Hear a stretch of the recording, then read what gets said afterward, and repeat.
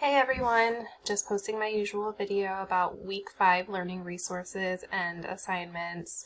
This week you will be looking at relational theory, taking a deeper dive into the impact of the therapist on the relationship and how that relationship is mutual, looking at countertransference and transference a little bit deeper and the impact that that can have on progress in treatment. So you do have chapter 7 in the textbook. It's a reasonably short chapter. Hopefully it'll give you a little bit more clarity on the difference between transference and countertransference and what that looks like within a therapy session. A lot of times people might view countertransference as purely negative, like that's something that shouldn't happen within a therapy environment, but I want you to look at it more of a natural process, because the biggest thing about managing countertransference is acknowledging it. If we can acknowledge it and recognize it, we can kind of take it in a way that does less harm. Countertransference isn't always harmful. It can be if it is gone unrecognized, and the therapist's emotions tend to play out a little bit more within the therapy session. There are times that you can also use countertransference to provide further assessment of a client as well and look at it like, if I'm feeling like this, I'm wondering how this plays out in other relationships with that client, and kind of taking it as a piece of your assessment as well.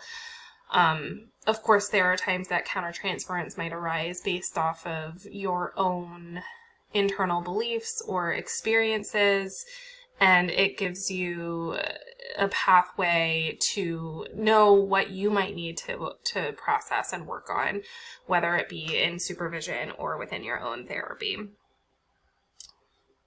Then you will have 2 articles that you need to choose from here. There's a lot of focus on different, more emotion-focused treatment.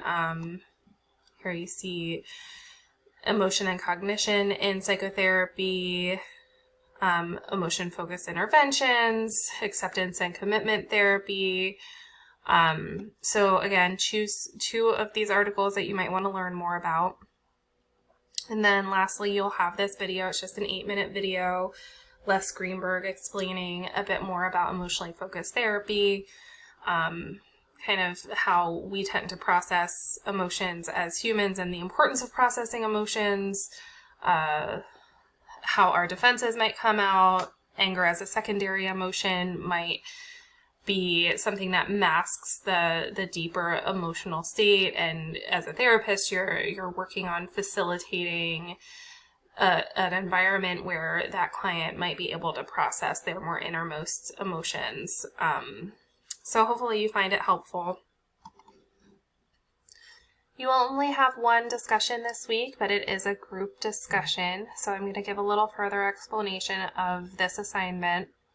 You will be assigned to a group of 3 or 4 students, and I will assign each of you to the role of clinician or judge, and you can view what your role is in the announcements for this week.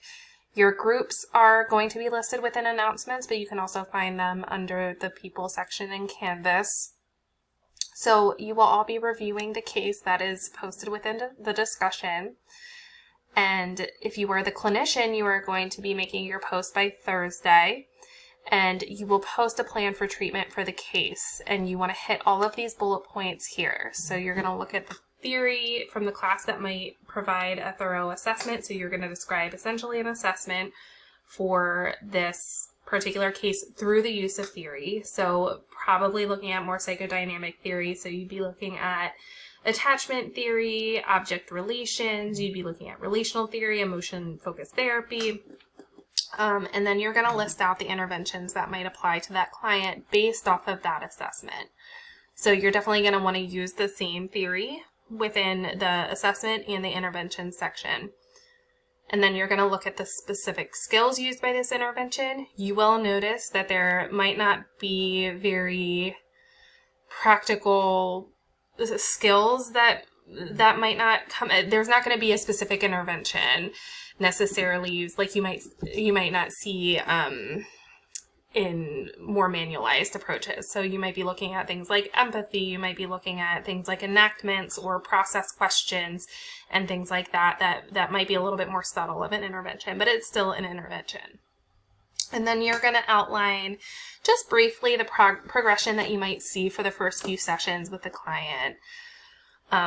Make sure to reference course material, readings and videos to support your argument. Make sure that you have in-text citations.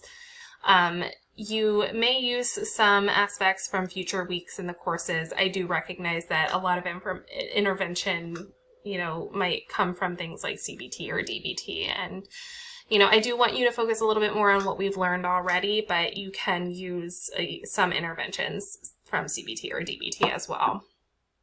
So then if you are the judge, your post is not due until Sunday. If you're assigned the judge role, you're going to read all of the clinicians' posts within your group. So, that might be 2 or 3 different posts with different ideas of an assessment or intervention.